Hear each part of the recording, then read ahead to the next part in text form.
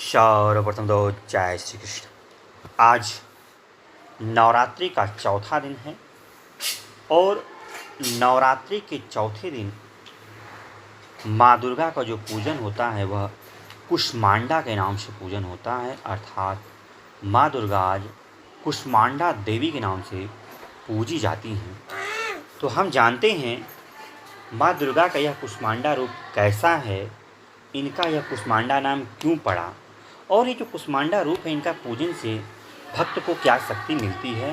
तो एक बार पुनः सभी लोग मिल के बोले, माँ कुष्मांडा की जय हो जय हो जय हो। मन और तन से माँ के पूजन में लगिए, क्योंकि माँ के पूजन में जब मन और तन से आप लगते हैं तब माँ आपके जो होते हैं उसको पूर्ण करता है। चलिए शुरू करते हैं, जानते हैं। माँ दुर्गा जी के चौथे स्वरूप का नाम कुष्मांडा है। अपनी मंद हल्की हंसी द्वारा अंड अर्थात ब्रह्मांड को उत्पन्न करने के कारण इन्हें कुष्मांडा देवी के नाम से अभिहित किया गया है।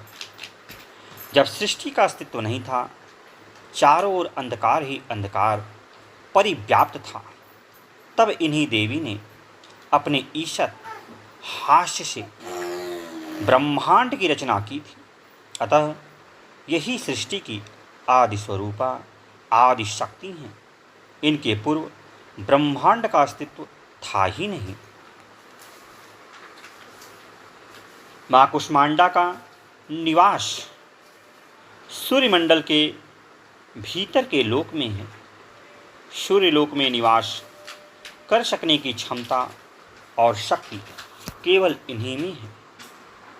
इनके शरीर की कांति और प्रभा भी सूर्य के समान ही दीप्यमान और भास्वर है। इनके तेज की तुलना इन्हीं से की जा सकती है। अन्य कोई भी देवी देवता इनके तेज और प्रभा की क्षमता नहीं कर सकते। इन्हीं के तेज और प्रकाश से दसों दिशाएं प्रकाशित हो रही हैं। ब्रह्मांड की सभी वस्तुओं और प्राणियों में अवस्थित तेज इन्हीं की छाया है। इनकी 8 भुजाएं हैं, अतः ये अष्टभुजा देवी के नाम से विख्यात है। इनके 7 हाथों में क्रमशः कमंडलू, धनुष, बाण, कमल, पुष्प, अमृत पूर्ण चक्र तथा गदा है। 8वें हाथ में सभी सिद्धियों और निधियों को देने वाली जप माला है। इनका वाहन सिंह है। संस्कृत भाषा में कुष्मांड कुम्भड़े को कहते हैं। बलियों में कुम्भड़े की बलि इन्हें सर्वाधिक प्रिय है। अर्थात जब कोई बलि देता है तो माँ कुष्मांडा को जो बलि सबसे ज़्यादा प्रिय है वह है कुम्भड़ा। अर्थात जो कुम्भड़ा होता है उसकी बलि इन्हें प्रिय होती है। तो माँ को कुम्भड़े की बलि दे के आप प्रसन्न कर सकते। इसी कारण से भी ये कुष्मांडा कही जाती है। नवरात्र पूजन के चौथे दिन कुष्मांडा देवी के स्वरूप की ही उपासना की जाती है। इस दिन साधक का मन अनाहत चक्र में अवस्थित होता है।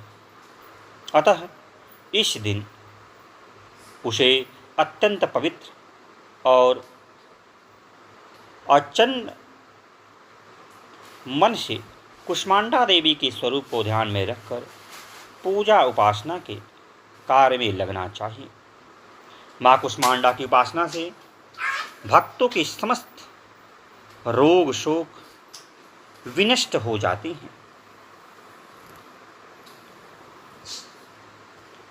इनकी भक्ति से आयु, यश, बल और आरोग्य की वृद्धि होती है। माँ कुष्मांडा अत्यल्प सेवा और भक्ति से भी प्रसन्न होने वाली है। यदि मनुष्य सच्चे हृदय से इनका शरणागत बन जाए तो फिर उसे अत्यंत सुगमता से परम पद की प्राप्ति हो सकती है। कहा गया है माँ कुष्मांडा के समीप आप जाके अपने आप को समर्पित कर दे उनके।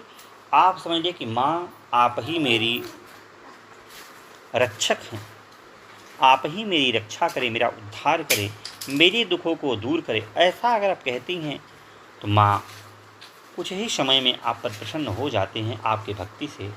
और आपको जैसे शरणागत की रक्षा कोई करता है वैसे माँ आपकी रक्षा स्वयं करने लगती हैं, दुखों से मुक्त करती हैं, रोगों से आपको मुक्त करती हैं। हमें चाहिए कि हम शास्त्रों पुराणों में वर्णित विधि विधान के अनुसार माँ दुर्गा की उपासना और भक्ति के मार्ग पर अरहित अग्रसर हो आगे बढ़ते रहें। माँ के भक्ति मार्ग पर कुछ ही कदम आगे बढ़ने पर भक्त साधकों को उनकी कृपा का सूक्ष्म अनुभव होने लगता है।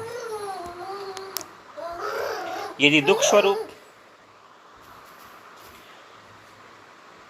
संसार उसके लिए अत्यंत सुखद और सुगम बन जाता है।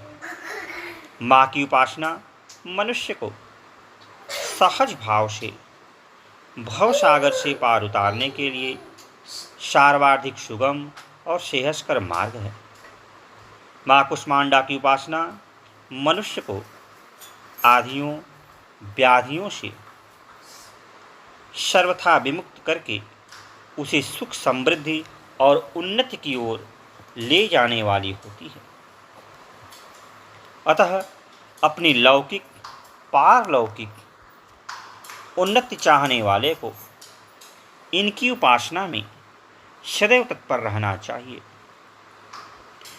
तो माँ कुष्मांडा जो हैं इनकी उपासना अगर भक्त बड़े मन से शरणागत होकर करता है तो माँ कुष्मांडा प्रसन्न हो जाती हैं, उसे धन धान्य से परिपूर्ण करती हैं, उसका लौकिक जीवन और पारलौकिक दोनों ही बड़ा सुखमय हो जाता है। उस मनुष्य को सहज ही या सहज भाव से कह सकती हैं ये जो भव सागर है, जो संसार सागर है, इससे पार उतरने में उसे किसी प्रकार की कोई कठिनाई नहीं होती है, क्योंकि कहा गया माँ तो ममता, जब माँ की ममता बरसती है तो माँ की ममता अपने बालक पर अत्यंत सुखद लगता है। तो माँ कुष्मांडा भी इसी तरह हैं, अपने भक्त पर उनका जो कृपा होता है एक माँ की तरह ही तो होता है। तो भक्त को चाहिए कि जैसे एक बालक अपने माँ पर सब छोड़ देता है, भूख लगे तो खाना देती है, प्यास लगे तो पानी देती है, तो माँ कुष्मांडा भी उसी तरह हैं, अपने भक्तों को बालक के रूप में मानती है, चाहे स्त्री हो चाहे पुरुष, वह किसी में भेदभाव नहीं करती हैं, अमीर हो या फिर गरीब, वह तो अपने भक्तों की सदैव रक्षा करती हैं। ये न कोई सोचे कि मैं तो माँ को कुछ भी अर्पण न कर सका, अरे वो तो देवी हैं, आप मन से प्रेम से भक्ति से जो भी उन्हें अर्पण करते हैं वह उसे स्वीकार करती हैं। लेकिन कहा गया सर्वप्रिय जो कुष्मांडा देवी को प्रिय है वह है कुम्हड़ा अर्थात कोहड़ा। कोहड़ा को सभी लोग जानते हैं, उसकी बलि उन्हें बहुत ही प्रसन्न करती है। तो माँ को अगर प्रसन्न करना है तो माँ को आप कोहड़े की बलि भी दे के आप प्रसन्न कर सकते हैं।